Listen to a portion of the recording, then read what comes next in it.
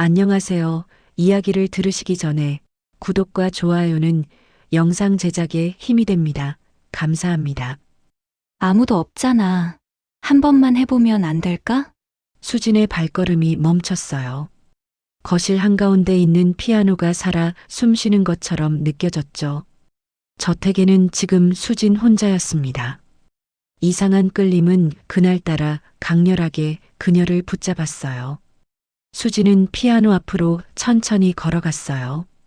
손을 뻗으면 닿을 거리였죠. 그리고 그녀는 결국 금기를 깨버렸습니다. 아무도 몰랐어요. 그 순간 되돌릴 수 없는 일을 불러올 거라는 걸요.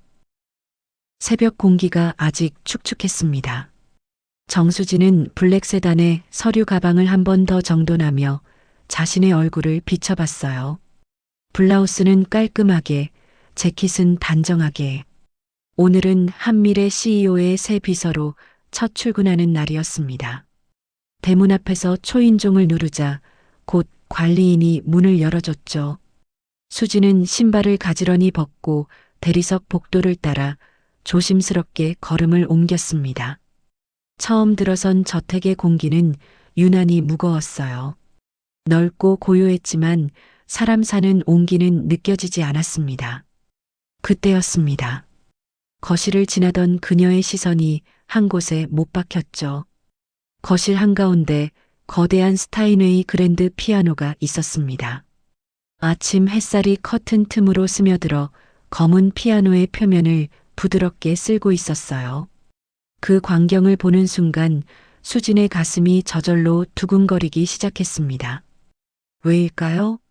그저 고급스러운 피아노일 뿐인데 발걸음이 떨어지지 않았습니다. 마치 그 피아노가 자신을 부르는 것 같았어요.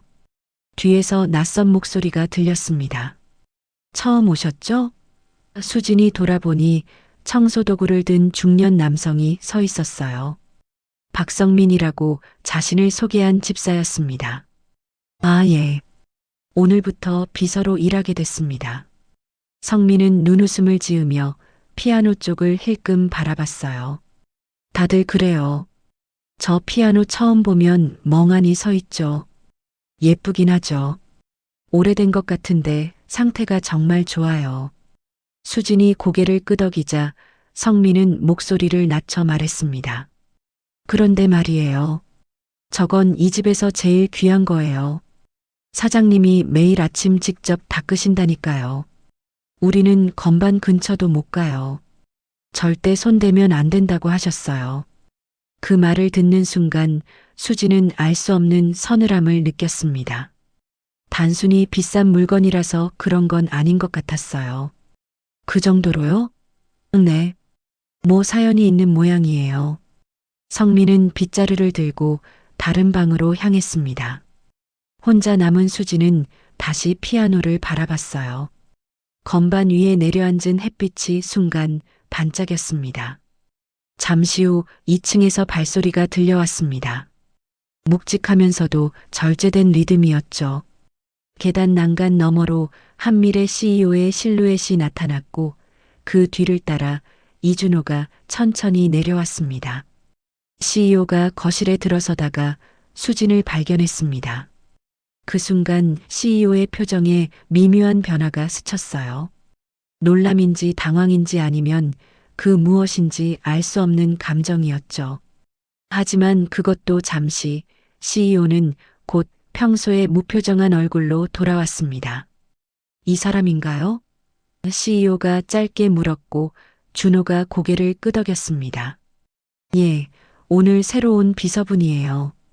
수진은 허리를 곧게 펴고 인사했습니다. 정수진입니다. 앞으로 잘 부탁드립니다. 수진이라. CEO는 그녀의 얼굴을 잠시 바라봤어요. 그 시선에는 알 수 없는 무게가 실려 있었습니다. CEO의 시선이 자연스럽게 거실 쪽으로 옮겨갔죠. 그곳엔 아침 햇살을 받은 피아노가 있었습니다. CEO의 눈빛이 순간 흔들렸어요. 무언가를 떠올린 듯한, 그러나 애써 외면하려는 듯한 복잡한 감정이었죠. 준호도 수진을 바라보고 있었습니다. 그의 눈동자에도 설명할 수 없는 감정이 어렸어요. 도로는 확인했나? CEO가 갑작스럽게 화제를 바꿨습니다. 목소리는 단호했지만 어딘가 떨림이 섞여 있었어요. 예, 대표님. 출근길 교통은 원활합니다. 좋아. 그럼 출발하지. CEO는 먼저 현관으로 향했고 수지는 그 뒤를 따랐습니다. 차 문을 열자 준호가 현관을 나와 아내를 배웅했습니다. 오늘은 늦지 마세요. 그의 목소리는 부드러웠지만 어딘가 힘이 없었어요. 수지는 사이드 미러에 비친 그의 얼굴을 봤습니다. 그 눈빛엔 설명할 수 없는 그리움이 가득했죠. 운전석에 앉은 수지는 백미러를 조정하며 CEO의 표정을 살폈습니다. 한미래 CEO는 뒷좌석에 앉아 태블릿을 보고 있었어요. 아침 일찍부터 업무에 집중하는 모습이 인상적이었습니다. 강남 본사로 가지. CEO의 목소리는 낮고 차분했어요. 수지는 조용히 시동을 걸었습니다. 부드럽게 차가 움직이기 시작했죠. 도로는 아직 한산했고 아침 햇살이 차창을 통해 들어왔습니다. 신호등에 멈췄을 때 CEO가 불쑥 물었어요. 비서 경력이 얼마나 되나? 5년 됐습니다, 대표님. 이전엔 어디서 일했나? 중소기업 임원분을 보좌했습니다. CEO는 더 묻지 않았습니다. 다시 태블릿으로 시선을 돌렸죠. 수지는 조용히 운전에만 집중했어요. 라디오에서 클래식 음악이 흘러나왔습니다. 피아노 선율이었죠. 순간 수진의 손가락이 핸들 위에서 리듬을 탔습니다. 자신도 모르게 나온 행동이었어요. 회사에 도착하자 CEO가 먼저 내렸습니다. 오후 3시에 데리러 와. 그 전에 집에 들러서 내 서류 가방 좀 가져와. 서재 책상 위에 있을 거야. 알겠습니다, 대표님. 수지는 고개를 숙였고 CEO는 곧장 건물 안으로 들어갔습니다. 다시 저택으로 돌아가는 길, 수지는 조금 긴장했어요. 아까 그 피아노를 또 지나쳐야 했으니까요. 왜인지 모르겠지만 그 피아노를 보면 가슴이 이상하게 뛰었습니다. 현관문을 열고 들어서니 집안이 조용했습니다.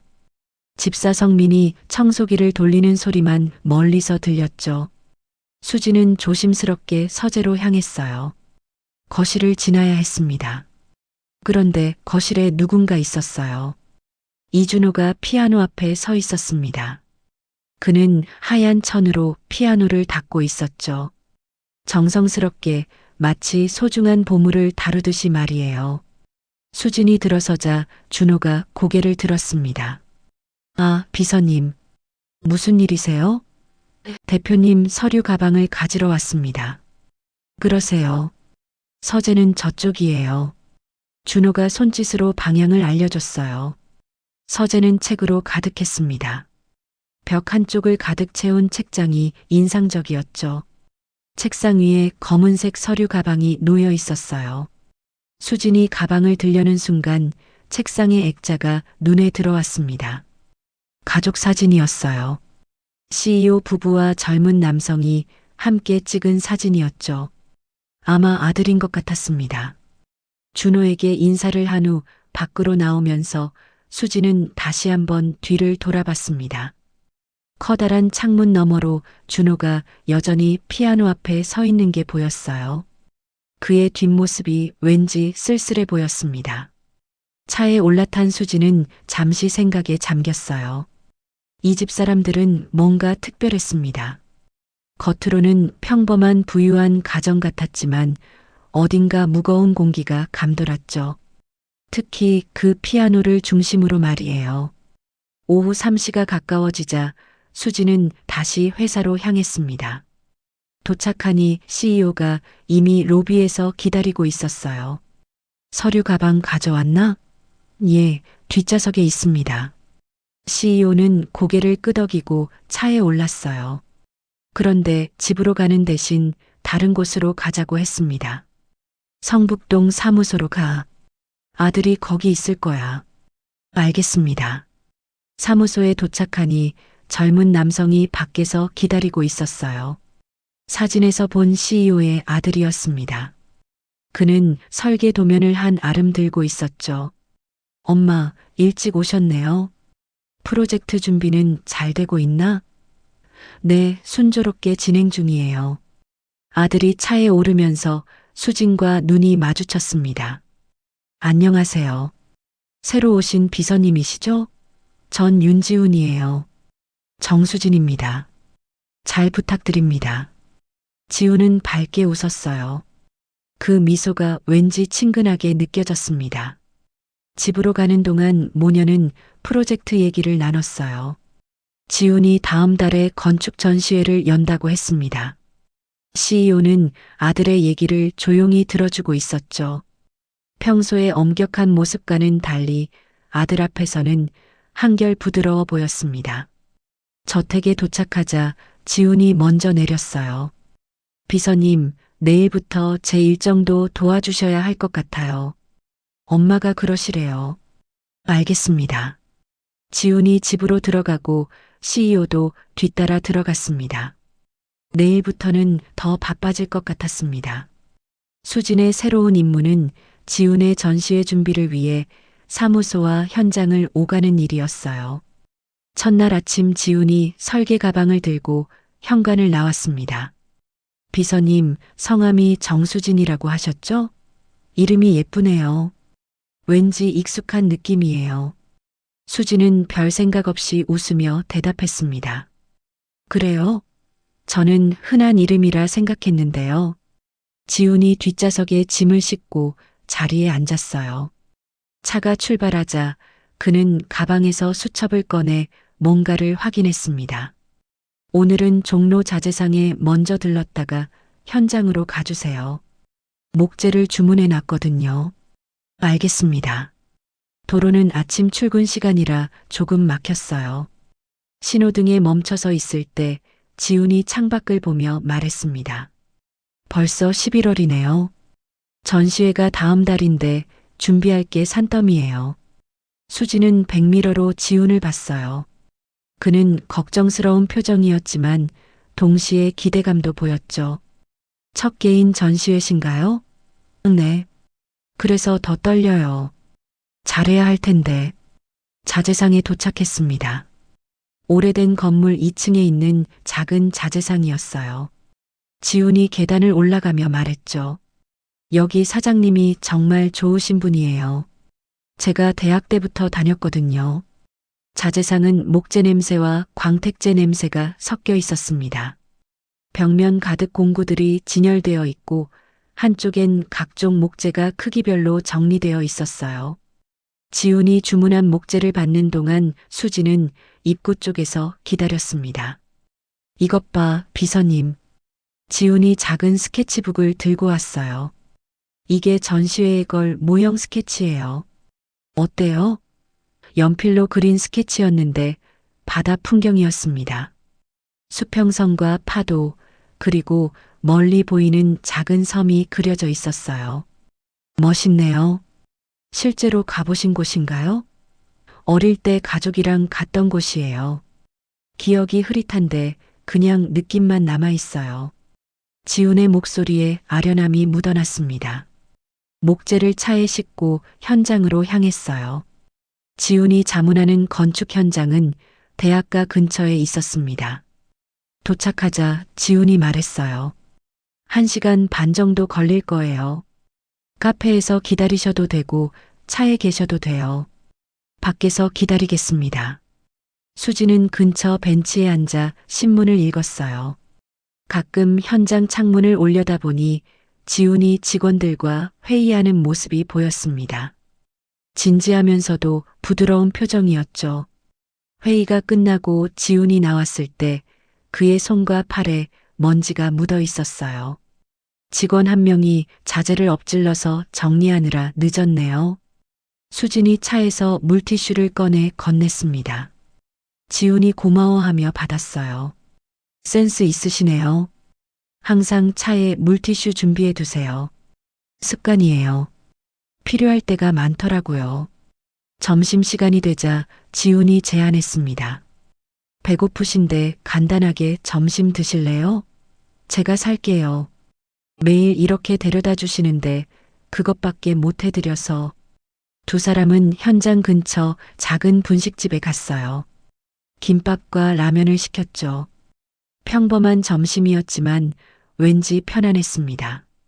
비서님은 건축에 관심 있으세요? 지훈이 김밥을 먹으며 물었어요. 잘 모르지만 보는 건 좋아해요. 다음에 시간 되시면 제 작업실 구경 오세요. 모형 만드는 과정 보는 것도 재미있을 거예요.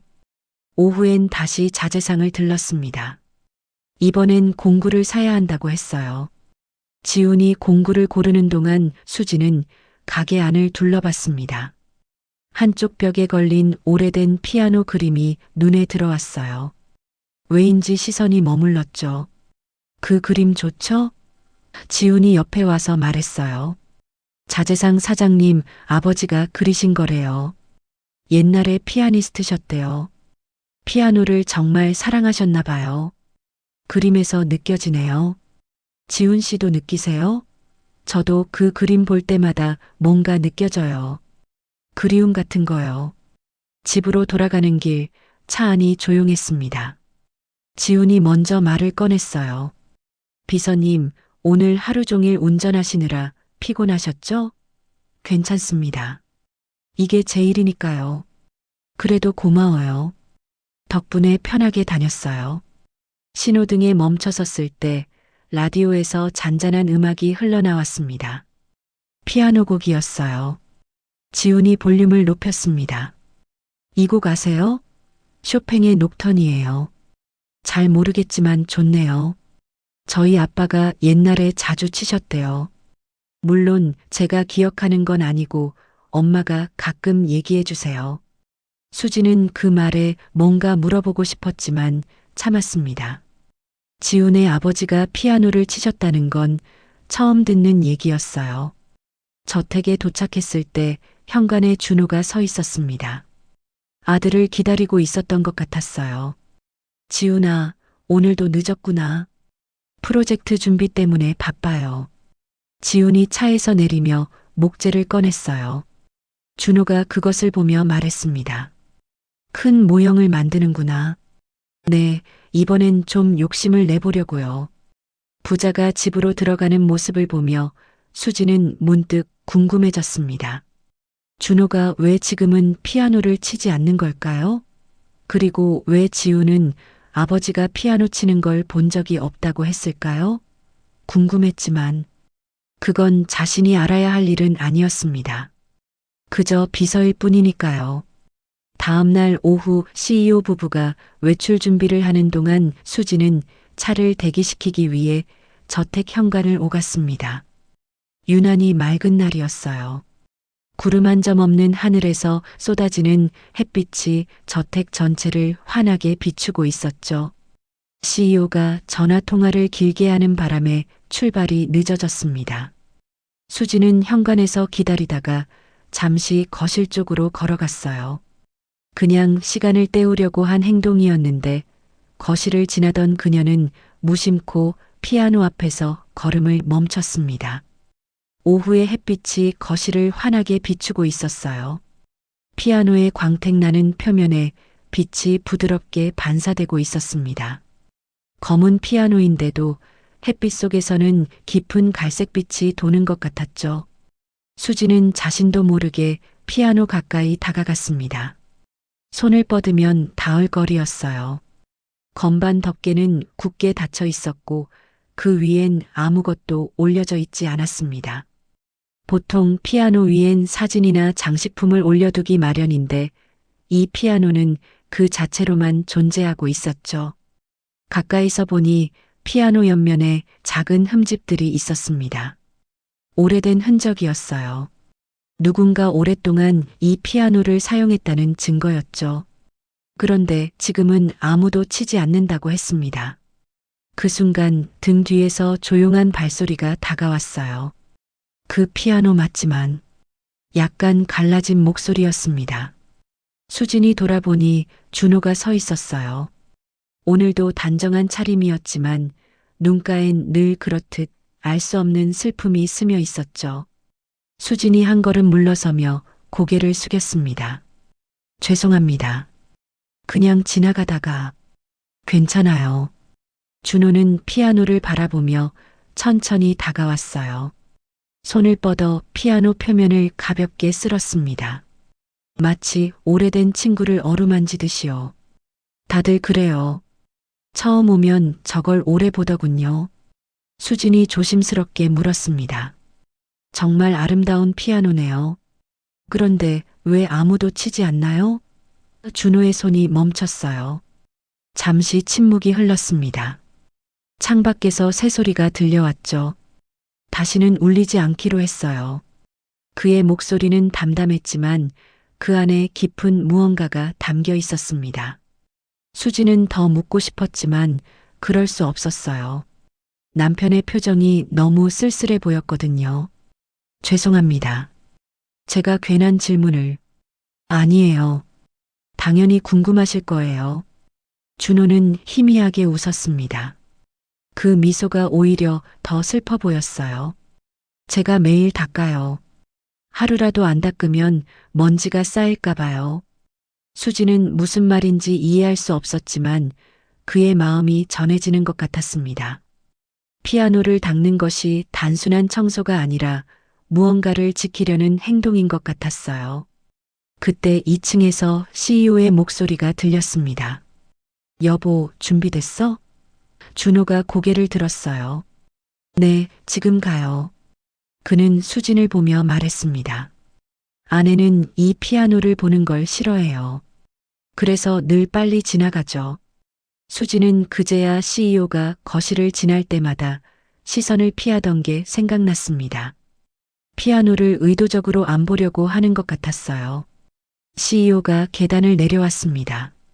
거실에 들어서다가 수진과 준호가 피아노 앞에 서 있는 걸 봤어요. 순간 표정이 굳었습니다. 뭐 하고 있어? 목소리가 평소보다 날카로웠어요. 준호가 조용히 대답했습니다. 그냥 얘기 좀 하고 있었어요. CEO는 피아노를 쳐다보지도 않고 현관으로 향했습니다. 출발하지. 수지는 급히 따라 나갔어요. 차에 시동을 걸며 백미러로 CEO 부부를 봤습니다. 두 사람 다 창밖을 보고 있었어요. 차 안의 공기가 침묵으로 가득했습니다.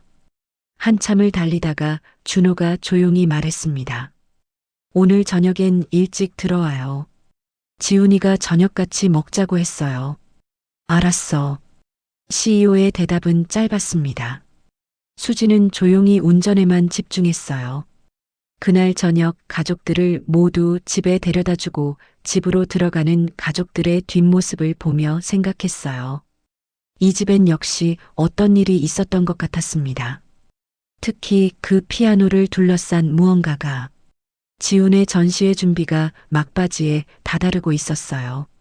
수지는 시동을 켰고 차가 출발하자 지훈이 창문을 조금 열었어요. 아침 공기가 차 안으로 들어왔죠. 라디오에서 피아노 선율이 흘러나오자 지훈이 볼륨을 높였습니다. 혹시 피아노 좋아하세요? 수진이 백미러로 지훈을 보며 물었어요. 네, 좋아해요. 저도 듣기는 좋아해요. 직접은 못 쳐요. 지훈이 고개를 끄덕이며 말했습니다. 저도 못 쳐요. 그런데 이상하게 피아노 소리를 들으면 마음이 편해져요. 어릴 때부터 그랬어요. 수지는 핸들을 잡은 손에 살짝 힘이 들어갔어요. 자신도 똑같은 느낌을 받고 있었거든요. 피아노 소리를 들으면 왠지 마음이 편안해졌습니다. 자재상에 도착해서 지훈이 재료를 고르는 동안 수지는 밖에서 기다렸어요. 잠시 후 지훈이 큰 봉투를 들고 나왔습니다. 비 오는 날 좋아하세요? 지훈이 갑자기 물었어요. 하늘을 보니 구름이 잔뜩 끼어 있었죠. 좋아합니다. 창문 열고 빗소리 듣는 걸 좋아해요. 정말요? 저도 그래요. 어릴 때부터 비 오는 날이면 꼭 창문을 열었어요. 지훈의 목소리에 놀라움이 묻어났습니다. 수진도 신기했어요. 비 오는 날을 좋아하는 사람은 흔치 않았으니까요. 현장으로 가는 길에 신호 대기를 하게 됐습니다. 수진은 무의식적으로 무릎 위를 손가락으로 두드렸어요. 일정한 리듬이었죠. 그때 지훈이 뒷좌석에서 똑같은 리듬으로 손가락을 두드리고 있는 걸 봤습니다. 두 사람이 동시에 소리를 냈어요. 서로를 보며 어색하게 웃었죠. 저 이 리듬 자주 두드려요. 습관이에요. 지훈이 말했고 수진도 고개를 끄덕였습니다. 저도요. 언제부터인지는 모르겠는데 현장에서 회의를 마친 지훈을 데리러 갔을 때 그가 커피를 들고 나왔어요. 비서님도 드세요. 아메리카노 괜찮으시죠? 감사합니다. 제가 제일 좋아하는 거예요. 저도 아메리카노만 마셔요. 다른 건 너무 달아서 또 같았습니다. 수지는 점점 이상한 기분이 들었어요. 우연이라고 하기엔 너무 많은 것들이 겹쳤죠. 며칠이 지나면서 둘은 더 많은 공통점을 발견했습니다. 같은 색을 좋아했어요. 회색이었죠. 보통 사람들은 우중충하다고 하는 색인데 둘 다 회색이 안정적이라고 느꼈습니다. 비서님, 혹시 백단향 좋아하세요? 어느 날 지훈이 차에 탄 순간 물었어요. 네, 어떻게 아셨어요? 차에서 그 향이 나요. 저도 작업실에 백단향 향초를 켜두거든요. 수지는 방향제를 보며 웃었습니다. 정말 신기한 일이었어요. 전시 준비가 한창인 어느 날 지훈이 큰 모형을 옮기다가 손을 베었어요. 수진이 급히 차에서 구급상자를 가져왔죠. 괜찮아요. 작게 벤 거예요. 지훈이 손사래를 쳤지만 수진은 이미 소독약을 꺼내고 있었습니다. 조심스럽게 상처를 소독하고 밴드를 붙여줬어요. 고마워요. 근데 정말 이상하네요. 뭐가요? 비서님이랑 있으면 편해요. 오래 알던 사람 같아요. 수진도 같은 생각이었습니다. 지훈과 함께 있으면 편안했어요. 처음 만난 사이인데도 말이죠. 저녁이 되어 집으로 돌아가는 길, 비가 내리기 시작했습니다. 지훈이 창문을 조금 열었어요. 역시 빗소리는 좋아요. 그러게요. 마음이 차분해지는 것 같아요. 두 사람은 빗소리를 들으며 조용히 있었습니다. 라디오도 끄고 그저 빗방울이 차창을 두드리는 소리만 들었죠. 비서님, 혹시 가끔 이유 없이 뭔가 그리운 적 있으세요? 지훈이 조용히 물었어요. 있어요. 뭘 그리워하는지도 모르면서 그냥 그리울 때가.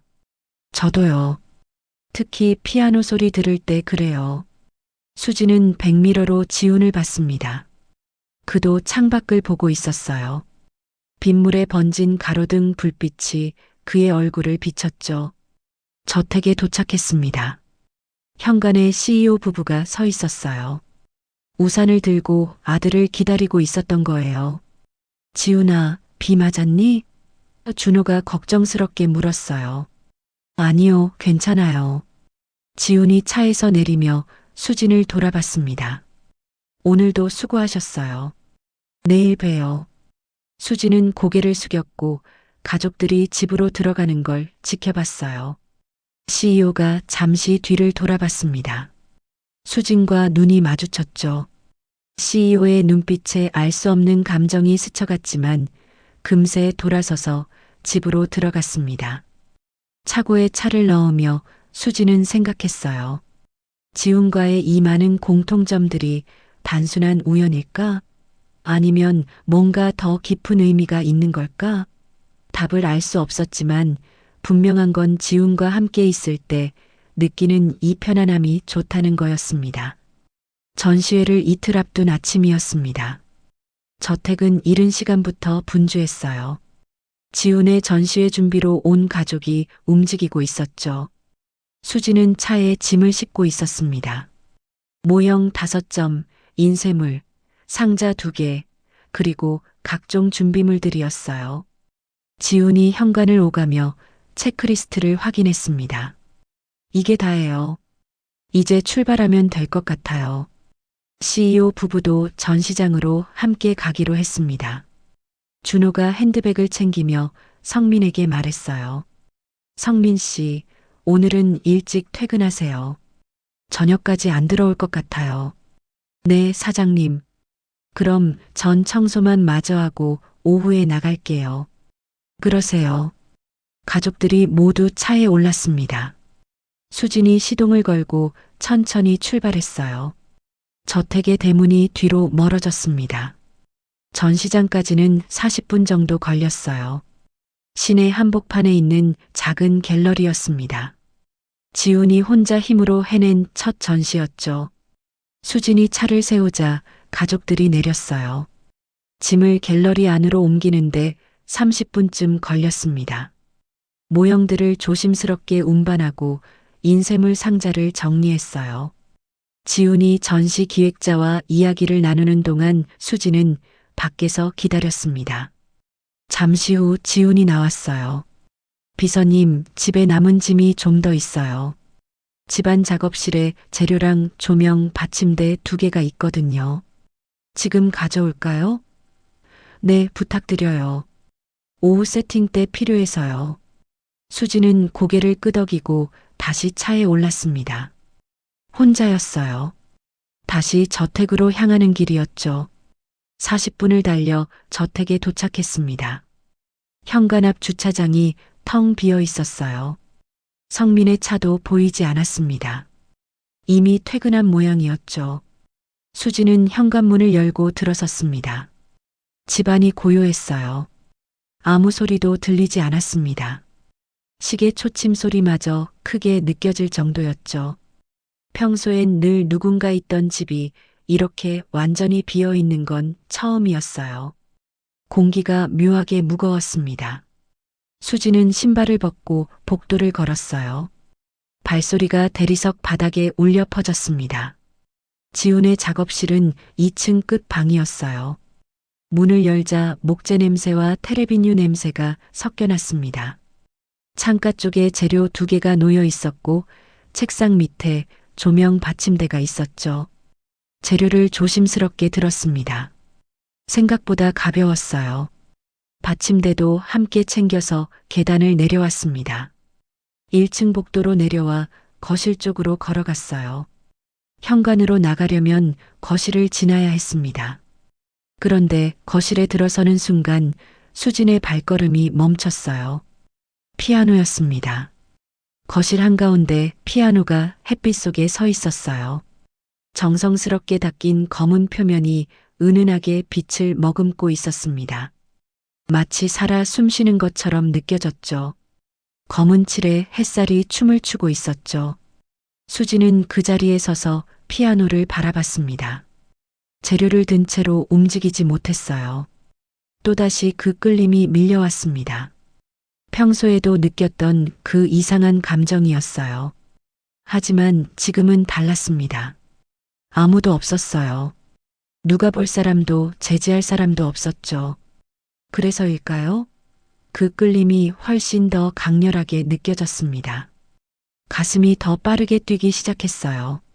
숨이 조금 가빠졌습니다. 처음 이 집에 왔을 때부터 느꼈던 그 이끌림이 지금 이 순간 억누를 수 없을 만큼 커져 있었어요. 머릿속 어딘가에서 희미한 무언가가 또 스쳐 지나갔습니다. 여전히 형체를 알 수 없었어요. 잡으려 하면 사라지고 외면하려 하면 다시 떠오르는 그 기억의 파편이었죠. 하지만 예전보다 조금 더 선명한 것 같았습니다. 수지는 한참을 그렇게 서 있었습니다. 햇빛 속에 빛나는 피아노를 바라보며 억눌렀던 감정이 터져 나오는 걸 느끼며요. 시간이 멈춘 것 같았어요. 아무 소리도 들리지 않았습니다. 오직 자신의 심장 소리만이 귓가에서 울렸죠. 혼자라는 게 이렇게 다른 느낌일 줄 몰랐습니다. 평소엔 참아야 했어요. 가족들이 있었고 집사가 있었고 자신은 그저 비서였으니까요. 하지만 지금은 정말로 아무도 없었습니다. 그래서 이 끌림을, 이 그리움을 숨길 필요가 없었어요. 수지는 천천히 재료를 바닥에 내려놓았습니다. 그리고 피아노 앞으로 걸어갔어요. 손을 뻗으면 닿을 거리였습니다. 건반 덮개가 눈앞에 있었습니다. 검은 칠이 거울처럼 자신의 얼굴을 비쳤어요. 심장이 미칠 듯이 뛰었습니다. 손이 떨렸어요. 하지만 멈출 수 없었습니다. 수지는 천천히 건반 덮개를 열었습니다. 끽. 작은 소리가 고요한 거실에 울렸어요. 88개의 건반이 드러났습니다.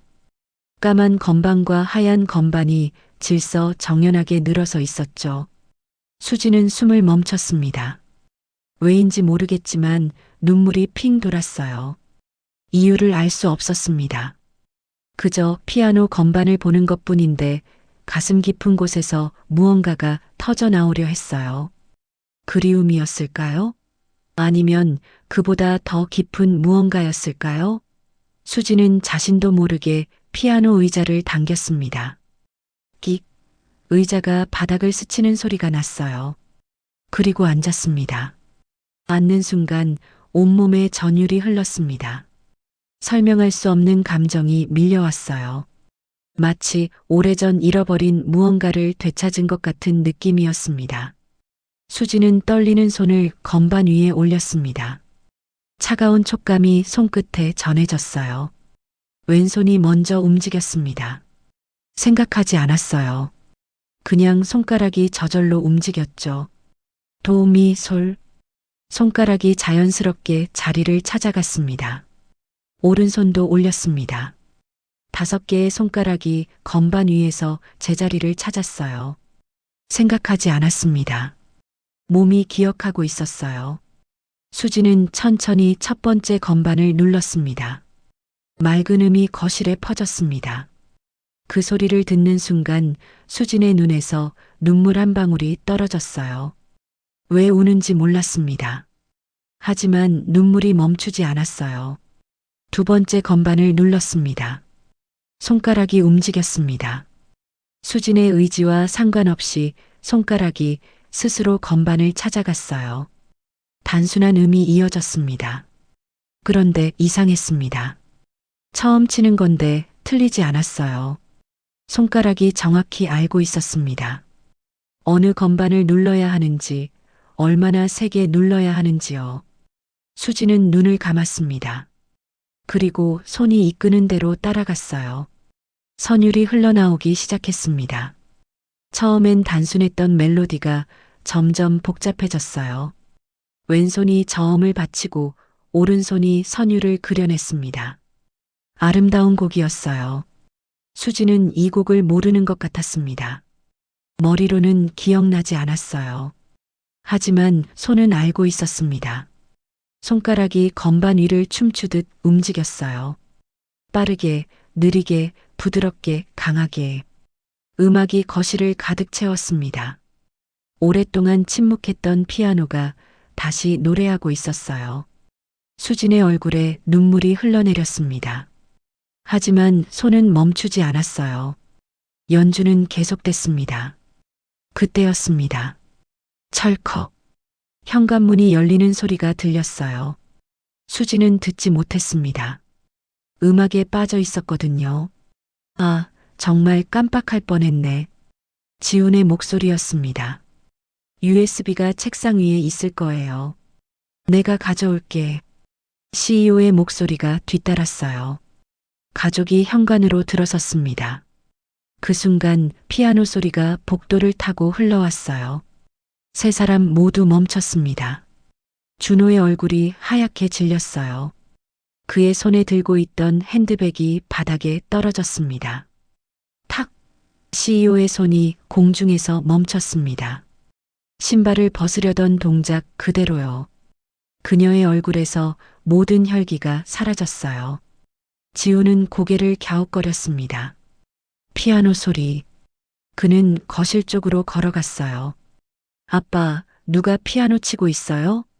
준호는 대답하지 못했습니다. 그저 그 자리에 얼어붙어 있을 뿐이었어요. 입술이 파르르 떨렸습니다. CEO가 먼저 움직였습니다. 천천히 마치 꿈을 꾸는 사람처럼 거실로 향했어요. 지훈이 거실 입구에 섰습니다. 그리고 봤어요. 피아노 앞에 앉은 수진을, 눈을 감은 채 피아노를 치고 있는 그녀의 모습을요. 지훈은 그 자리에 못 박힌 듯 서 있었습니다. 그 선율이 귀에 익었어요. 이 곡, 지훈이 중얼거렸습니다. 녹턴 같은데. CEO와 준호가 거실로 들어섰습니다. 두 사람은 피아노 앞에 선 수진을 봤어요. 준호의 입에서 작은 신음이 새어나왔습니다. 그의 눈에서 눈물이 흘러내렸어요. CEO는 한 발짝도 움직이지 못했습니다. 그녀의 손이 미세하게 떨리고 있었어요. 거실에는 오직 피아노 소리만이 흐르고 있었습니다. 수지는 여전히 눈을 감은 채 연주하고 있었어요. 세 사람은 숨조차 쉬지 못한 채 그 광경을 바라봤습니다. 마지막 음이 거실에 울려 퍼졌습니다. 수진의 손가락이 건반에서 천천히 떨어졌어요. 그제야 정신이 돌아왔습니다. 무슨 일을 한 건지 깨달았어요. 수진은 눈을 떴습니다. 그리고 천천히 고개를 돌렸어요. 현관 쪽에 세 사람이 서 있었습니다. 수진의 심장이 얼어붙었어요. CEO 부부와 지훈이 거기 서 있었습니다. 셋 다 움직이지 않고 자신을 바라보고 있었죠. 수진은 급히 자리에서 일어났습니다. 의자가 뒤로 밀리며 삐걱 소리를 냈어요. 죄송합니다. 수진이 허리를 깊이 숙였습니다. 손이 떨렸어요. 다리도 떨렸습니다. 제가 정말 죄송합니다. 절대 그럴 의도가 아니었습니다. 저도 모르게 목소리가 떨렸어요. CEO가 한 걸음 앞으로 나왔습니다. 그녀의 얼굴은 창백했어요. 입술이 굳게 다물어져 있었죠. 자네가, CEO의 목소리가 낮게 깔렸습니다. 자네가 감히, 분노였습니다.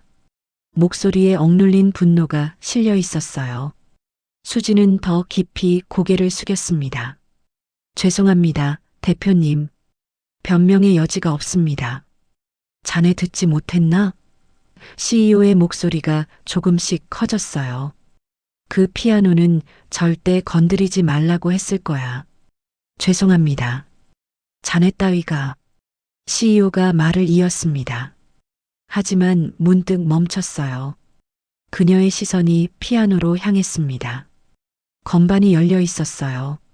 방금까지 수진의 손길이 닿았던 그 건반이요. CEO의 얼굴에서 분노가 사라졌습니다. 대신 다른 감정이 스쳐 지나갔어요. 당혹감이었을까요? 아니면 두려움이었을까요? 그 곡은 CEO가 떨리는 목소리로 물었습니다. 자네가 방금 친 그 곡은 뭔가? 수지는 고개를 들었어요. 저도 모르겠습니다. 그냥 손이 저절로. 쇼팽의 녹턴. CEO가 중얼거렸습니다. 그녀의 눈빛이 흔들렸어요. 녹턴 20번. 준호가 벽에 기댔습니다. 그의 다리에 힘이 풀린 것 같았어요. 어떻게? 준호의 입에서 가느다란 목소리가 새어나왔습니다. 어떻게 그 곡을? 그의 눈에서 눈물이 주르륵 흘러내렸어요. 수지는 아무 말도 할 수 없었습니다. 무슨 일이 벌어지고 있는지 알 수 없었어요. 준호가 손으로 입을 막았습니다. 흐느끼는 소리가 손가락 사이로 새어나왔어요. 여보. CEO가 남편을 붙잡으려 했지만 준호는 몸을 돌렸습니다. 미안해요. 저는. 그는 거실을 빠져나갔어요. 비틀거리며 계단을 올라갔습니다. 쿵. 2층으로 올라가는 발소리가 들렸어요. 그리고 방문이 닫히는 소리. 쾅. 거실에 침묵이 흘렀습니다. CEO는 그 자리에 서 있었어요. 움직이지 못했습니다. 그녀의 손이 떨리고 있었어요. 주먹을 쥐었다가 폈다가를 반복했죠. 수지는 숨도 제대로 쉴 수 없었습니다. 대표님. 정말 죄송합니다. 제가 자네 CEO가 수진을 봤습니다. 그 눈빛에는 분노도 비난도 없었어요. 대신 알 수 없는 혼란만이 가득했습니다. 자네 어디서 그 곡을 배웠나? 저 배운 적이 없습니다. 배운 적이 없다고? 네. 저는 피아노를 쳐본 적이 없습니다. 그런데 손가락이 저절로. CEO는 말없이 수진을 바라봤습니다. 오랜 침묵이 흘렀어요. 그 침묵이 수진의 가슴을 짓눌렀습니다. 나가게. CEO가 낮게 말했습니다. 대표님, 오늘은 그만 들어가게. 내일 얘기하지. 수진은 고개를 숙였습니다. 죄송합니다. 그녀는 피아노 건반 덮개를 조심스럽게 닫았어요. 그리고 거실을 나섰습니다. CEO는 계단 쪽을 바라봤어요. 남편이 올라간 방향이었죠. 지훈아. CEO의 목소리가 힘없이 나왔습니다. 아무래도 전시회 준비는 못 갈 것 같구나. 지훈이 어머니를 봤어요. 어머니의 얼굴이 처음 보는 표정이었습니다. 아빠 좀 봐드려야겠다. 네, 엄마. 괜찮아요. 지훈이 조용히 대답했습니다. 비서님이랑 다녀올게요. CEO는 고개를 끄덕였어요. 그리고 천천히 계단을 올라갔습니다. 지훈은 잠시 그 자리에 서 있었습니다. 텅 빈 거실을 바라봤어요. 피아노가 조용히 그 자리에 있었습니다. 그는 숨을 깊이 들이마시고 현관으로 향했습니다. 밖에서 차 시동 소리가 들렸어요. 지훈이 문을 열고 나가자 수진이 차에서 내려 문을 열어줬습니다. 죄송합니다. 수진이 또다시 고개를 숙였어요. 지훈은 아무 말 없이 뒷좌석에 올랐습니다. 차가 출발했습니다. 한동안 아무도 말하지 않았어요. 라디오도 켜지 않았습니다. 그저 엔진 소리만 조용히 울렸죠. 수진은 핸들을 잡은 손에 힘을 줬습니다. 손이 아직도 떨리고 있었어요. 방금 무슨 일이 벌어진 걸까요? 왜 사장님은 울었을까요? 왜 대표님은 그런 표정을 지었을까요? 그리고 왜 자신의 손은 그 곡을 알고 있었을까요? 가슴이 너무 아팠습니다. 이유를 알 수 없는 슬픔이 밀려왔어요. 신호등에 차가 멈췄습니다. 수지는 백미러로 지훈을 봤어요. 그도 창밖을 보고 있었습니다. 침묵이 계속됐습니다. 전시장까지는 30분 정도 남았습니다. 차 안은 여전히 조용했어요. 운전에만 집중하려 했지만 자꾸 생각이 흐트러졌습니다. 손끝에 남아있는 건반의 감촉이 떠나지 않았어요. 신호등이 빨간 불로 바뀌었습니다. 차가 멈췄어요. 그때 뒷좌석에서 지훈의 목소리가 들렸습니다. 비서님, 수진이 백미러로 그를 봤어요. 네. 아까 피아노 치시는 모습이요. 지훈이 말을 잇지 못했습니다. 잠시 망설이더니 다시 입을 열었어요. 꿈에서 본 것 같아요. 수진의 손이 핸들 위에서 멈췄습니다. 꿈에서요? 네. 어릴 때부터 계속 같은 꿈을 꿔요. 지훈의 목소리가 떨렸어요. 피아노 앞에 누군가 앉아 있어요. 뒷모습만 보여요. 다가가려고 하면 그 순간 깨거든요. 근데 오늘 비서님이 피아노 앞에 앉아 계신 모습을 보니까 그가 숨을 들이마셨습니다. 그 꿈이었어요. 신호등이 파란 불로 바뀌었습니다. 수지는 차를 출발시켰어요. 하지만 입술이 바짝 말랐습니다. 저도. 수진이 조용히 말했습니다. 그런 꿈 꿔요. 지훈이 앞으로 몸을 기울였습니다.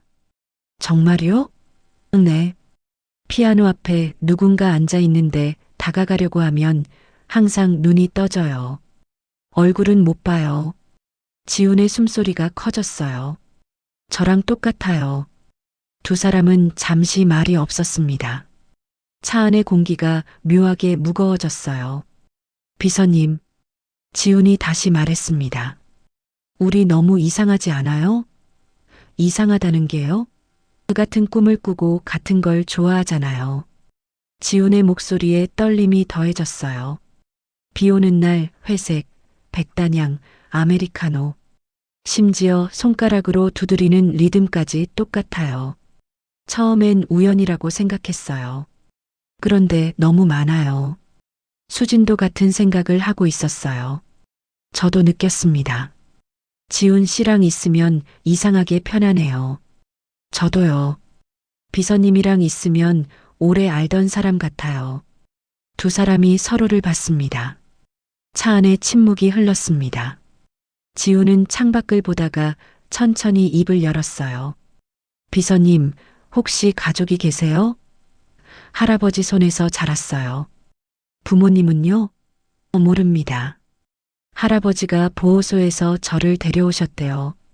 지훈의 숨소리가 들렸습니다. 몇 살 때요? 정확히는 모르겠어요. 할아버지 말씀으론 제 나이가 6살쯤이었다고 하셨어요. 지훈의 손이 떨렸습니다.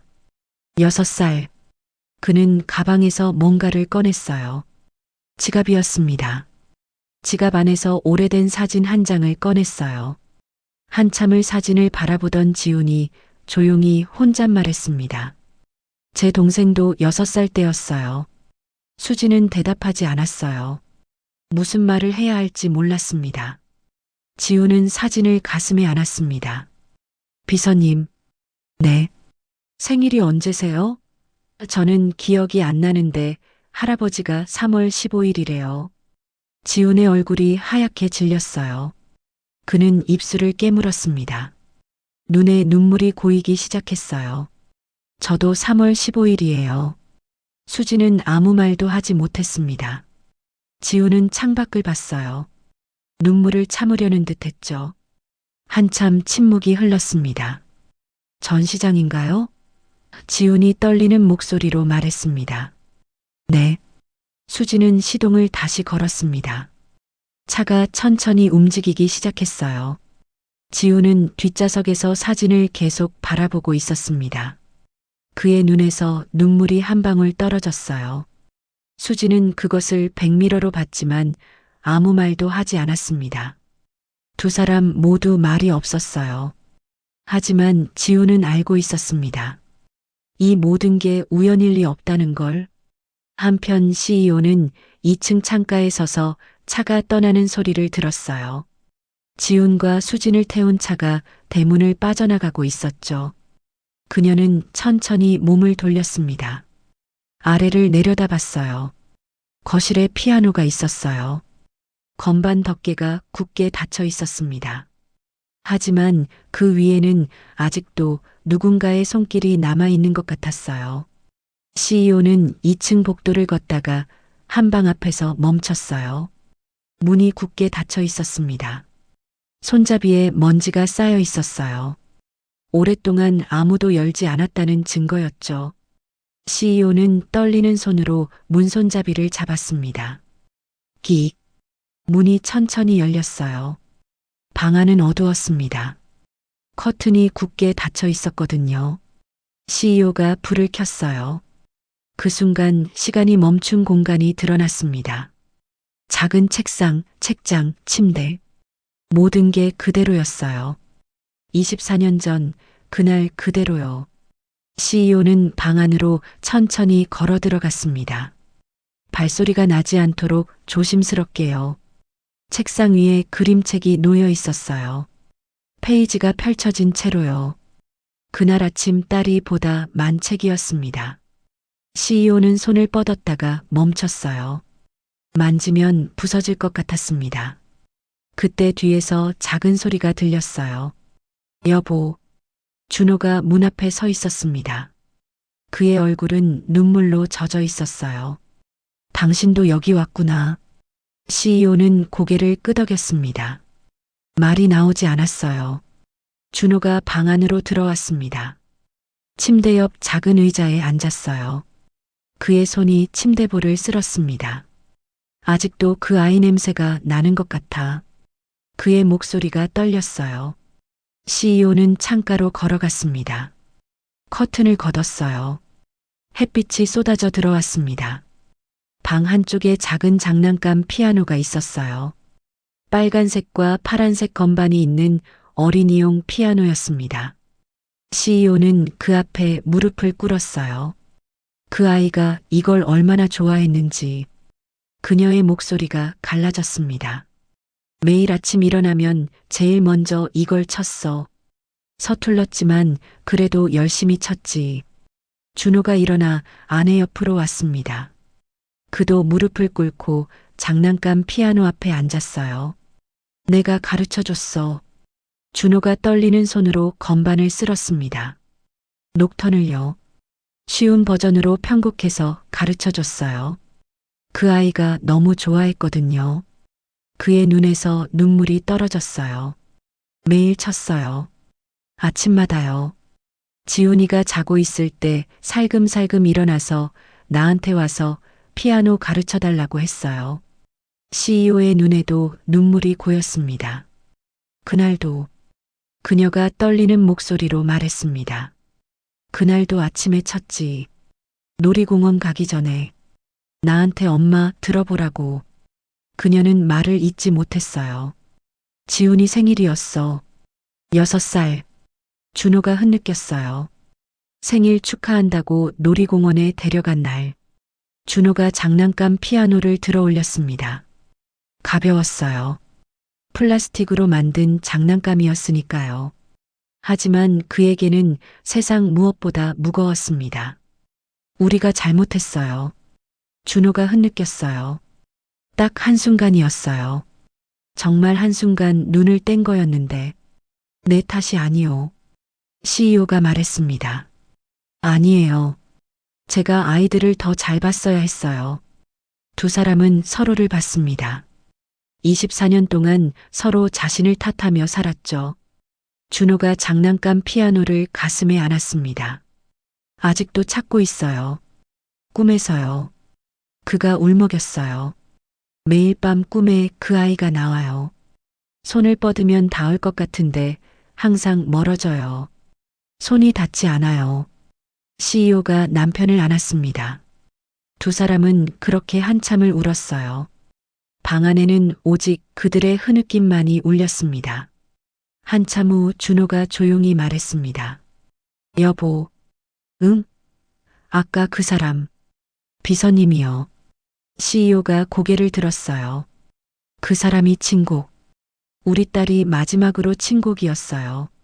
나도 알아. CEO의 목소리가 떨렸습니다. 똑같았어. 터치도, 템포도, 그리고 손동작까지. 준호가 아내를 봤어요. 당신도 봤죠? 왼손으로 건반 짚는 방식이요. 우리 딸이랑 똑같았어요. 비록 어렸지만 그 모습이 자꾸 겹쳐 보여요. CEO는 대답하지 않았습니다. 대답할 수 없었어요. 혹시? 준호가 떨리는 목소리로 말했습니다. 혹시 그럴 리가 있을까요? CEO는 남편의 눈을 봤습니다. 그 눈에는 희망과 두려움이 동시에 담겨 있었어요. 모르겠소. CEO가 솔직하게 말했습니다. 하지만 나도 그 생각을 안 할 수가 없소. 준호가 다시 장난감 피아노를 내려다봤어요. 작은 건반들이 햇빛을 받아 반짝였습니다. 만약에 그가 속삭였습니다. 만약에 정말 그렇다면 더 이상 말을 잇지 못했어요. 너무 큰 희망이었습니다. 감히 바랄 수 없는 희망이었어요. 준호가 장난감 피아노를 다시 제자리에 놓았습니다. 조심스럽게 마치 아기를 눕히듯이요.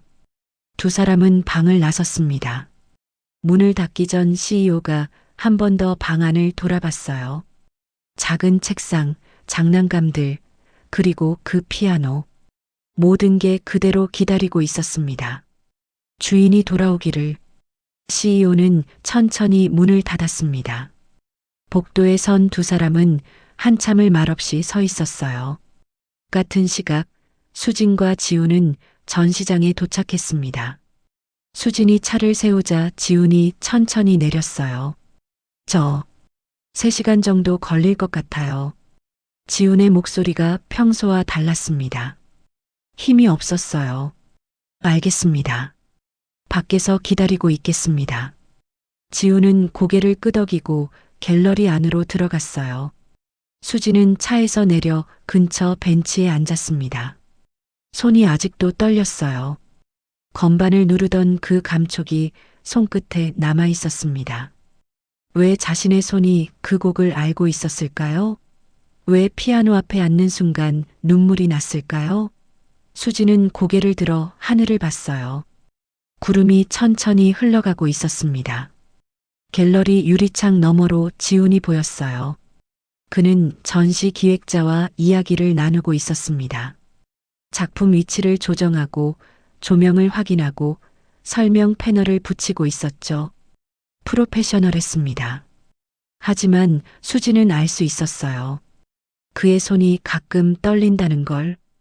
고개를 돌려 창밖을 볼 때마다 눈빛이 흔들린다는 걸요.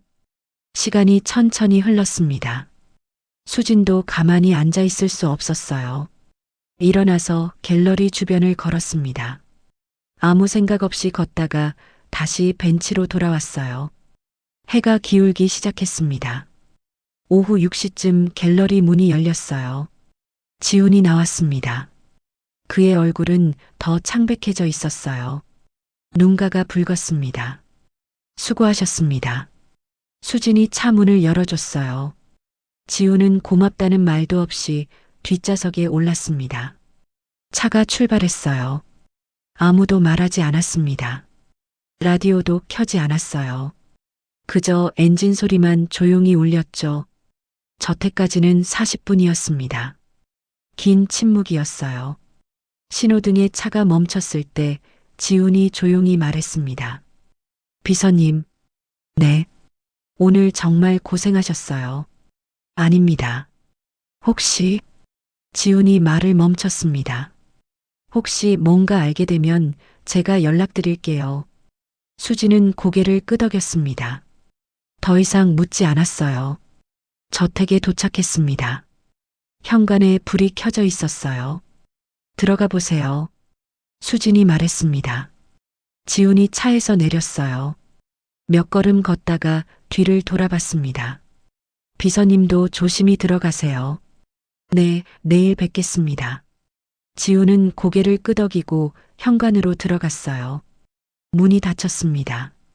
수지는 한참을 그 자리에 앉아 있었어요. 그리고 차를 돌려 자신의 집으로 향했습니다. 집에 도착한 건 저녁 7시였어요. 작은 빌라 2층이었습니다. 수지는 현관문을 열고 들어섰어요. 수진아, 왔니? 안방에서 할아버지 목소리가 들렸습니다. 네, 할아버지. 왔어요. 수지는 신발을 벗으며 대답했어요. 목소리가 떨렸습니다. 저녁은 먹었니? 냉장고에 반찬 있어. 할아버지. 먹었어요. 그래, 알았다.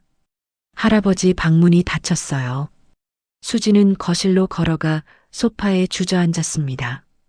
온몸에 힘이 풀렸어요. 오늘 하루가 너무 길었습니다. 피아노를 친 것, 가족들의 충격, 지훈과의 대화. 그 모든 게 꿈 같았어요. 수지는 눈을 감았습니다. 그러자 다시 그 장면이 떠올랐어요. 자신의 손이 건반 위를 움직이던 모습, 저절로 흘러나오던 선율, 그리고 사장님의 눈물. 왜? 수진이 중얼거렸습니다. 왜 나는 그 곡을 알고 있었을까? 대답은 없었습니다. 그때 안방 문이 열렸어요. 할아버지가 나왔습니다. 허리가 굽은 75세 노인이었죠. 수진아, 무슨 일 있니? 할아버지가 걱정스러운 얼굴로 다가왔어요. 얼굴이 왜 그러니? 회사에서 무슨 일 있었어? 수지는 고개를 들었습니다. 할아버지의 주름진 얼굴이 보였어요. 언제나 자신을 걱정해 주시던 그 얼굴이요. 아니에요, 할아버지. 괜찮아요. 괜찮긴. 우는 것 같은데. 할아버지가 수진 옆에 앉았습니다. 무슨 일인지 말해봐. 수지는 입술을 깨물었어요. 어디서부터 말해야 할까요? 할아버지. 응, 제가 어디서 왔는지 아세요? 할아버지의 표정이 잠시 굳었습니다. 왜 갑자기 그런 얘기를? 그냥 궁금해서요. 할아버지는 한숨을 쉬었어요. 보호소에서 널 데려왔다고 했잖니. 6살 때. 그 전에는요? 제 부모님은요? 모른다. 경찰도 찾지 못했어. 너는 이름밖에 기억 못했고. 할아버지, 제 생일은 어떻게 정하신 거예요? 수진이 물었습니다. 내가 부모님을 잃어버려서 보호소로 간 날이 3월 15일이라 하더구나. 그래서 그날을 내 생일로 정했지. 그날 이후로 계속 내 생일이 됐군요. 할아버지가 수진의 손을 잡았습니다. 왜 이런 걸 물어보니? 무슨 일 있었어? 수진은 대답하지 못했어요. 할아버지에게 어떻게 말해야 할까요? 오늘 있었던 일을요. 아무것도 아니에요. 그냥 문득 궁금해졌어요. 할아버지는 수진을 한참 바라봤습니다. 너 뭔가 숨기는구나. 아니에요. 할아버지가 널 몇 년을 키웠는데 모를 것 같니? 할아버지가 수진의 어깨를 토닥였어요. 힘들면 말해. 혼자 끙끙 앓지 말고. 수진은 고개를 끄덕였습니다. 할아버지가 일어섰어요. 일찍 자거라. 내일도 출근해야지. 네, 할아버지. 할아버지가 방으로 들어가고 수진은 혼자 남았습니다. 거실 작은 장식장 위에 사진이 놓여 있었어요. 어린 수진과 할아버지가 함께 찍은 사진이었습니다. 수진은 일어나 사진을 들어 올렸습니다. 사진 속 자신은 웃고 있었어요. 할아버지 손을 꼭 잡고요. 할아버지. 수진이 떨리는 목소리로 중얼거렸습니다. 제가 만약 다른 가족을 찾게 되면 더 이상 말을 잇지 못했어요. 눈물이 났습니다. 왜 우는지 몰랐습니다. 슬픈 건지 두려운 건지 그리운 건지 알 수 없었어요. 그저 눈물이 멈추지 않았습니다. 한참을 울고 나서야 수진은 사진을 다시 내려놓았어요. 창밖을 봤습니다. 밤이 깊어가고 있었어요. 수진은 자신의 방으로 들어가 침대에 누웠어요. 하지만 잠이 오지 않았습니다. 천장을 보며 오늘 있었던 일들을 떠올렸어요. 피아노 건반, 흐르던 선율, 지훈과의 대화, 생일. 모든 게 맞아떨어지는 것 같았습니다. 하지만 확신할 수 없었어요. 그건 너무 큰 일이었으니까요. 그때 저택 거실에서 지훈은 소파에 앉아 있었습니다. 부모님이 그 앞에 앉아 있었어요. CEO와 준호 모두 아들을 걱정스럽게 바라보고 있었죠. 전시 준비는 잘 됐니? CEO가 물었습니다. 네, 잘 됐어요. 지훈의 목소리가 떨렸어요. 준호가 아들의 손을 잡았습니다. 무슨 일이니? 얼굴이 안 좋구나. 지훈은 입술을 깨물었습니다. 말해야 할까요? 이 말을 꺼내는 순간 모든 게 바뀔 거예요. 하지만 말하지 않을 수 없었습니다. 엄마, 아빠. 지훈이 떨리는 목소리로 말했습니다. 저 말씀드릴 게 있어요. 두 사람은 아들을 봤어요. 지훈은 숨을 깊이 들이마셨습니다. 수진 씨가 그의 눈에서 눈물이 떨어졌어요. 혹시 동생일지도 몰라요. 거실에 침묵이 흘렀습니다. CEO와 준호는 움직이지 못했어요. CEO의 얼굴이 하얗게 질렸습니다. 무슨 소리냐? 그녀의 목소리가 떨렸어요. 지훈이 가방에서 지갑을 꺼냈습니다. 그 안에서 오래된 사진 한 장을 꺼냈어요. 이거 제가 항상 가지고 다니는 거예요. 사진을 부모님께 건넸습니다. 피아노 앞에 앉은 여자아이와 그 옆에 서 있는 남자아이. 어린 시절의 쌍둥이 남매였어요. 준호가 사진을 받아들었습니다. 그의 손이 심하게 떨렸어요. 수진이. 준호가 사진 속 여자아이를 쓰다듬으며 속삭였습니다. 우리 수진이. 사진 속 남매는 쌍둥이였지만 일란성이라 닮지는 않았어요. 아들은 엄마를 닮았고 딸은 아버지를 닮았었죠. 오늘 차에서 이 사진을 봤어요. 지훈이 말을 이었습니다. 수진 씨한테 물어봤어요. 가족이 있냐고요. 그의 목소리가 떨렸습니다. 할아버지 손에서 자랐대요. 보호소에서 데려오셨다고요. 6살 때요. 준호의 눈에서 눈물이 흘러내렸어요. 6살. 그리고 생일이. 지훈이 울먹였습니다. 3월 15일이래요. 키워준 할아버지가 정해주신 날이래요. 이것도 우연일까요? CEO가 소파 등받이를 꽉 잡았습니다. 그녀의 손이 하얗게 질릴 정도로 힘을 주고 있었어요. 그것뿐만이 아니에요.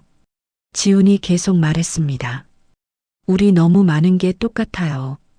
비 오는 날 좋아하고, 회색을 좋아하고, 백단향을 좋아하고. 그가 손가락을 꼽았어요. 아메리카노만 마시고 손가락으로 두드리는 리듬까지 똑같아요. 심지어 꿈까지 같아요. 꿈? CEO가 물었습니다. 네. 피아노 앞에 누군가 앉아 있는데 다가가면 깨는 꿈이요. 저도 어릴 때부터 계속 꿨어요. 수진 씨도 똑같은 꿈을 꾼대요.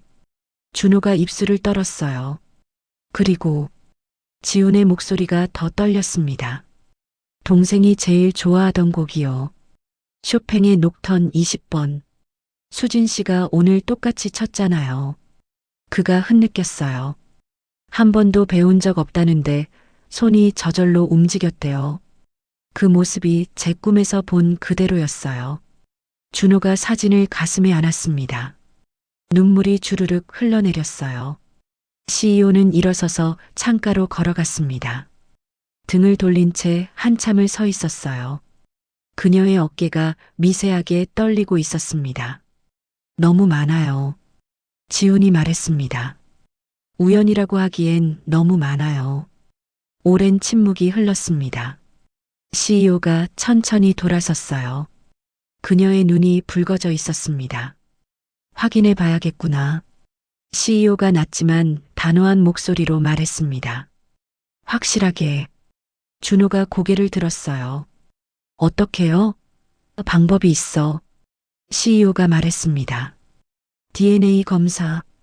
그걸로 확실히 알 수 있어. 지훈이 부모님을 번갈아 봤습니다. 정말 동생일까요? 아무도 대답하지 못했어요. 하지만 셋 모두 같은 생각을 하고 있었습니다. 24년 만에 기적이 일어난 걸까요? 다음 날 아침 CEO는 일찍 일어났습니다. 아직 해가 뜨기 전이었어요. 서재로 들어가 책상 앞에 앉았습니다. 어젯밤 인터넷으로 찾아본 정보가 머릿속에 맴돌았어요. DNA 검사, 타액, 머리카락, 사용한 컵. 어떤 것이든 가능하다고 했습니다. CEO는 주먹을 쥐었어요. 손이 떨렸습니다. 정말 해야 할까요? 수진 몰래. 하지만 확인하지 않고는 견딜 수 없었어요. 오전 9시 수진이 저택에 도착했습니다. 좋은 아침입니다, 대표님. 그래, 왔는가? 오늘은 오전에 본사 가고 오후엔 지훈이 전시장 가도록 하지. 알겠습니다. 평소와 다르지 않았어요. CEO도 수진도 똑같이 행동했습니다. 하지만 CEO의 가슴은 빠르게 뛰고 있었어요. 차 출발하기 전에 물 한 잔만 마시고 가지. CEO가 말했습니다. 아, 괜찮습니다. 아니, 마시게. 성민 씨, 물 좀. 성민이 물을 가져왔어요. 수진이 고맙다며 받아 마셨습니다. CEO는 그 모습을 지켜봤어요. 수진이 컵을 탁자에 내려놓고 현관으로 향했습니다. 금방 차 준비하겠습니다. 수진이 나가고 CEO는 그 컵을 바라봤어요. 손이 떨렸습니다. 준호가 계단을 내려왔습니다. 아내와 눈이 마주쳤어요. 여보, 해야겠소. CEO가 낮게 말했습니다. 준호는 고개를 끄덕였어요. 그도 어젯밤 내내 고민했습니다. CEO가 조심스럽게 컵을 집었어요.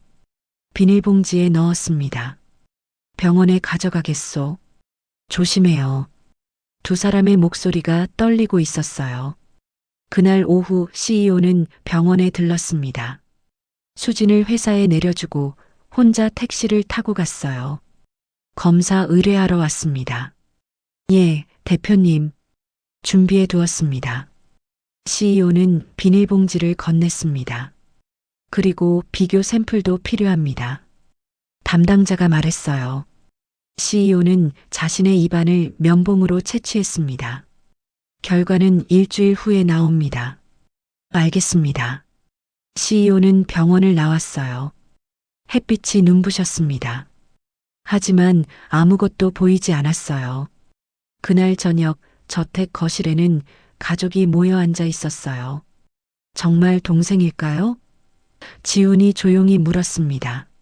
모르겠구나. CEO가 대답했어요. 하지만 곧 알게 될 거야. 준호는 창밖을 보고 있었어요. 눈가가 붉었습니다. 만약 정말 그렇다면 그가 떨리는 목소리로 말했습니다. 어떻게 말해야 할까요? 24년 동안 더 이상 말을 잇지 못했어요. CEO가 남편의 손을 잡았습니다. 일단 기다려보자고. 다음 날부터 일주일은 가장 긴 시간이었어요. 수지는 평소처럼 출근했습니다. CEO를 모시고 지훈을 데려다주고 일상적으로 움직였어요. 하지만 마음은 편하지 않았습니다. 그래서 애써 일에만 집중하려 했습니다. CEO는 차 안에서 자주 수진을 백미러로 봤어요. 운전하는 뒷모습을, 신호등에서 멈췄을 때 손가락으로 무릎을 두드리는 습관을요. 준호는 수진이 저택에 올 때마다 현관에 나가 맞이했습니다. 전에는 하지 않던 일이었어요. 안녕하세요, 사장님. 그래요. 수고하세요. 짧은 대화였지만 준호는 그녀의 목소리를, 얼굴을, 걸음걸이를 하나하나 기억하려 했습니다. 지우는 더 자주 수진과 대화를 나눴어요. 비서님, 커피 드시겠어요? 아메리카노 괜찮으시죠? 아, 고맙습니다. 제가 제일 좋아하는 거예요. 저도 아메리카노만 마셔요. 다른 건 너무 달아서. 또 같았습니다. 지우는 수진이 커피를 마시는 모습을 지켜봤습니다. 컵을 잡는 방식이, 마시는 속도가 자신과 똑같았어요. 밤마다 지우는 옛날 사진을 꺼내봤습니다. 피아노 앞에 동생을요. 수지는 가끔 이상한 기분을 느꼈어요. CEO 가족이 자신을 대하는 태도가 조금 달라진 것 같았습니다. 더 조심스럽고 더 따뜻했어요. 왜일까요? 하지만 묻지 않았습니다. 그저 묵묵히 일했어요. 사흘째 되는 밤, 준호는 딸의 방으로 갔습니다. 장난감 피아노 앞에 앉았어요. 수진아. 그가 속삭였습니다. 정말 내가 돌아온 거니? 작은 건반을 눌렀습니다. 띵! 소리가 났어요. 눈물이 흘렀습니다. 다섯째, CEO는 회사에서 서류를 보다가 펜을 놓았어요. 집중할 수 없었습니다. 창밖을 봤어요. 수진이 차 옆에서 기다리고 있었습니다. 햇빛을 받은 그녀의 옆모습이 보였어요. 딸이 저렇게 컸을까? 생각했어요. CEO는 눈을 감았습니다. 엿새째, 지우는 작업실에서 모형을 만들고 있었어요. 공구를 들었다가 멈췄습니다. 책상에는 바다가 그려져 있었어요.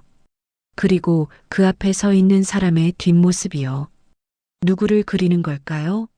동생을 그리는 걸까요? 아니면 수진을 그리는 걸까요? 일곱째 날 아침, 우편함에 큰 봉투가 도착했습니다. 병원 로고가 찍혀 있었어요. CEO가 봉투를 집어들었습니다. 손이 떨렸어요. 여보. 그녀가 남편을 불렀습니다. 준호가 계단을 뛰어내려왔어요. 왔어요? 응. 두 사람은 거실로 갔습니다. 지훈도 방에서 나왔어요. 엄마 안 뜯어? 셋이 소파에 앉았습니다. CEO는 봉투를 뜯었어요. 손이 너무 떨려서 종이가 찢어질 뻔했습니다. 서류를 꺼냈어요. 여러 숫자와 용어들이 빼곡히 적혀 있었습니다. 그리고 마지막 줄. 친자 확률 99.99% 99. CEO의 손이 멈췄습니다. 준호가 손으로 입을 막았어요. 지훈이 어머니 어깨 너머 서류를 봤습니다. 99.99. CEO가 떨리는 목소리로 읽었습니다. 일치. 거실에 침묵이 흘렀어요. 준호가 흐느끼기 시작했습니다. 정말. 그가 울먹였어요. 정말 우리 딸이 돌아왔어. CEO는 서류를 꽉 쥐었습니다. 눈물이 뺨을 타고 흘렀어요. 24년을 기다렸습니다. 지훈이 일어나 창문 쪽으로 갔어요. 밖에 차가 보였습니다. 수진이 차를 닫고 있었어요. 동생, 그가 속삭였습니다. CEO가 전화기를 들었어요. 정수진 씨, 집 안으로 들어오게. 그녀의 목소리가 떨렸습니다. 이제 말해야겠소. 현관벨이 울렸습니다. 수진이 안으로 들어왔어요. 부르셨습니까? 그녀의 목소리가 평소와 같았습니다. 거실에 가족이 앉아 있었어요. 수진은 뭔가 이상함을 느꼈습니다. 공기가 달랐어요. 준호의 눈이 붉었습니다. 울었던 것 같았어요. CEO의 손이 떨리고 있었습니다. 지훈은 수진을 보며 눈물을 흘리고 있었어요. 무슨 일이십니까? 수진이 조심스럽게 물었습니다. CEO가 일어섰어요. 손에 서류를 들고 있었습니다. 앉게. 예, 앉으라고. 수진은 천천히 소파에 앉았어요. 가슴이 두근거렸습니다. CEO가 수진 앞에 섰습니다. 그녀의 눈에 눈물이 고여 있었어요. 자네가. CEO의 목소리가 떨렸습니다. 자네가 우리 딸이야. 수진은 숨이 멎는 것 같았어요. 네. DNA 검사를 했네. CEO가 서류를 내밀었습니다. 99.99% 일치. 자네는 우리 딸이야. 수진은 서류를 받아들었어요. 손이 떨렸습니다. 글자가 제대로 보이지 않았어요. 이게 무슨. 24년 전에 잃어버린 우리 딸. 준호가 일어나 다가왔습니다. 수진이. 우리 수진이. 그의 목소리가 울음으로 갈라졌어요. 놀이공원에서 잃어버렸어. 6살 때. 단 한순간 눈을 뗀 사이에. 준호가 무릎을 꿇었습니다. 수진 앞에요. 미안해. 정말 미안해. 그가 수진의 손을 잡았어요. 아빠가 미안해. 널 지키지 못해서. 수진은 아무 말도 할 수 없었습니다. 머릿속이 하얘졌어요. 자신이 진짜 이 사람들의 딸이라고요? 우린 널 찾았어. CEO가 말했습니다. 경찰도 사설 탐정도 다 동원했어. 전국을 뒤졌지. 그녀의 목소리가 떨렸어요. 하지만 찾을 수 없었어. 넌 이름밖에 기억 못했다고 했지. 수진이라고. 네. 그게 내 이름이야. 윤수진. 우리가 지어준 이름. 수진의 눈에서 눈물이 흘렀습니다. 윤수진. 그게 자신의 본래 이름이었어요. 단 하루도. CEO가 주먹을 쥐었습니다. 단 하루도 널 잊은 적이 없었어. 내 생일마다 매일 밤마다 너를 생각했어. 그녀가 수진의 어깨에 손을 올렸어요. 내가 어디선가 잘 살고 있길 바랐어. 누군가 너를 보살펴주길 기도했지. 수진은 고개를 들었습니다. CEO의 얼굴을 봤어요. 저를 알아보셨습니까? 아니. CEO가 고개를 저었어요. 확신할 수 없었어. 24년이 지났으니까. 이름이 같은 건 우연이라 생각했지. 준호가 수진의 얼굴을 쓰다듬었습니다. 너무 컸어. 이렇게 훌쩍. 그가 울먹였어요. 아빠가 너를 키워야 했는데.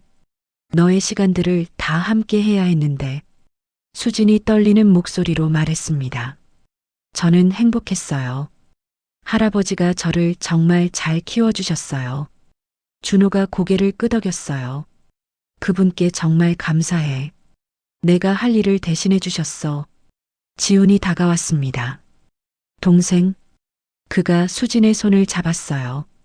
진짜 동생이었어. 내가 느낀 게 맞았어. 수진은 지훈을 봤습니다. 그래서 우리가 그렇게 많이 닮았구나. 응. 지훈이 울면서 웃었어요. 쌍둥이니까. 이란성 쌍둥이. 쌍둥이. 수진이 중얼거렸습니다. 그래서 지훈과 함께 있을 때 그렇게 편했던 거였어요. 같은 꿈을 꾸고 같은 것을 좋아하고 같은 리듬을 두드렸던 거였죠. 피아노는 수진이 물었습니다. 왜 제 손이 그 곡을 알고 있었나요? 준호가 눈물을 닦았어요. 내가 가르쳐 줬어. 내가 3살 때부터 넌 피아노를 정말 좋아했어. 쇼팽의 녹턴도요. 그래. CEO가 말했습니다. 내가 제일 좋아하던 곡이야. 매일 아침 쳤지. 지훈이가 자고 있을 때 살금살금 일어나서 수지는 눈을 감았습니다. 희미하게 뭔가 떠오르는 것 같았어요. 피아노 건반. 옆에서 웃고 있는 누군가. 따뜻한 손길. 아빠. 수진의 입에서 그 말이 나왔습니다. 처음으로 그 말을 했어요. 준호가 수진을 끌어안았습니다. 그래, 아빠야. 내 아빠. 두 사람은 그렇게 한참을 울었어요. CEO도 지훈도 함께 울었습니다. 24년 만에 재회였습니다. 너무 긴 시간이었어요. 너무 아픈 시간이었죠. 하지만 이제 끝났습니다. 가족이 다시 모였어요. 잃어버렸던 조각이 제자리로 돌아왔습니다.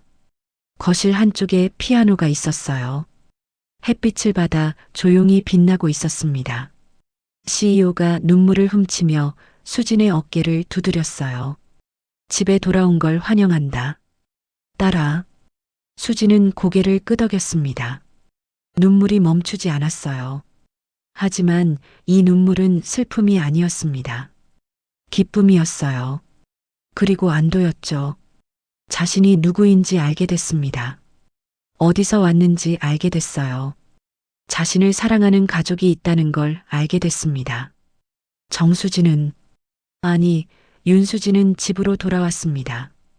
24년 만에 드디어 다음 날 오후 한 CEO의 차가 조용한 주택가에 멈췄습니다.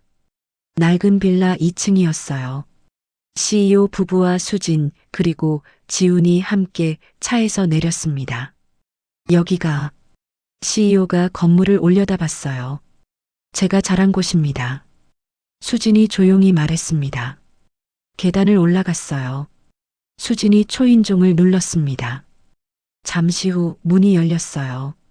수진아, 어제는 왜 연락도 안 됐어? 걱정했잖니. 오늘은 손님들이. 정은심 할아버지가 문 앞에 섰습니다. 75세 노인이었어요. 허리가 약간 굽었지만 눈빛은 또렷했습니다. 할아버지. 수진이 할아버지의 손을 잡았어요. 말씀드릴 게 있어요. 그래, 들어와. 손님들도 들어오세요. 좁은 거실이었습니다. 소파 2개와 작은 탁자가 전부였어요. 하지만 깨끗하게 정돈되어 있었죠. 할아버지가 물을 따라 내왔습니다. 수진아, 무슨 일이니? CEO가 먼저 입을 열었어요. 저는 한미래라고 합니다. 그녀가 깊이 고개를 숙였습니다. 할아버지께 감사 인사를 드리러 왔습니다. 할아버지가 어리둥절한 얼굴로 수진을 봤어요. 수진아, 이게 무슨... 할아버지. 수진이 할아버지 옆에 앉았습니다. 제 친부모님을 찾았어요. 할아버지의 손이 멈췄어요. 뭐라고? DNA 검사를 했어요. 확실해요. 수진이 할아버지의 손을 꼭 잡았습니다. 저는 이분들의 딸이었어요. 24년 전에 잃어버린. 할아버지는 천천히 CEO 부부를 봤습니다. 준호가 눈물을 흘리며 고개를 숙였어요. 감사합니다. 준호의 목소리가 떨렸습니다. 제 딸을, 우리 딸을 키워주셔서. 할아버지는 잠시 말이 없었어요. 그러다 천천히 고개를 끄덕였습니다. 그랬구나. 그가 수진을 봤어요. 그래서 내가 요즘 그렇게 이상했구나. 할아버지, 괜찮다. 다 알았어. 할아버지가 수진의 손을 토닥였습니다. CEO가 일어나 할아버지 앞에 무릎을 꿇었어요. 할아버지, 그녀의 목소리가 떨렸습니다. 당신이 아니었다면 저희는 딸을 영영 잃었을 겁니다. 아니에요. 일어나세요. 할아버지가 당황하며 CEO를 일으켰어요. 저는 그저 보호소에서 이 아이를 봤을 때 그냥 데려온 거예요. 혼자 있더라고요. 아무도 찾으러 오지 않았어요. 할아버지의 눈가에 눈물이 맺혔습니다. 이름밖에 기억 못하는 아이였어요. 아마 부모를 잃은 충격이 너무 커서 기억조차 잃었던 것 같아요. 수진이라고만 말하더라고요. 그래서 그 이름으로 키웠어요. 3월 15일에 부모님을 잃어버렸다고 보호소에서 말하더군요. 그래서 그날을 이 아이 생일로 삼았죠. 준호가 눈물을 흘렸어요. 그날이 수진이 진짜 생일이에요. 6살 생일. 생일 축하한다고 놀이공원에 갔던 날이었어요. 할아버지가 놀란 얼굴로 준호를 봤습니다. 그랬군요. 정말 그날이. 그리고 수진이 이름이 맞아요. CEO가 말했습니다. 저희가 지어준 이름, 윤수진. 할아버지가 고개를 끄덕였어요. 그랬구나. 윤수진. 준호가 할아버지에게 다가왔습니다. 앞으로는 그가 조심스럽게 말했습니다. 저희가 할아버지를 모시고 싶습니다. 제발 허락해 주세요. 아니에요. 그럴 순 없어요. 할아버지가 손사래를 쳤어요. 저는 괜찮아요. 지금까지 이 아이가 날 지켜준 거예요. 내 외로움을. 수진이가 가족을 찾았으면 된 거예요. 할아버지는 미소를 지었습니다. 할아버지. 수진이 할아버지의 손을 꽉 잡았습니다. 할아버지는 제 가족이에요. 제가 태어난 가족을 찾았지만 할아버지가 절 키워주셨잖아요. 그의 목소리가 떨렸어요. 저는 두 가족이 다 있는 거예요. 할아버지도 제 가족이에요. 할아버지의 눈에서 눈물이 흘렀습니다.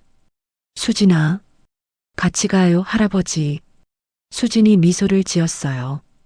큰 집이래요. 할아버지 방도 있대요. 할아버지는 한참을 수진을 바라봤습니다. 그리고 천천히 고개를 끄덕였어요. 그러마. 일주일 후 저택 거실.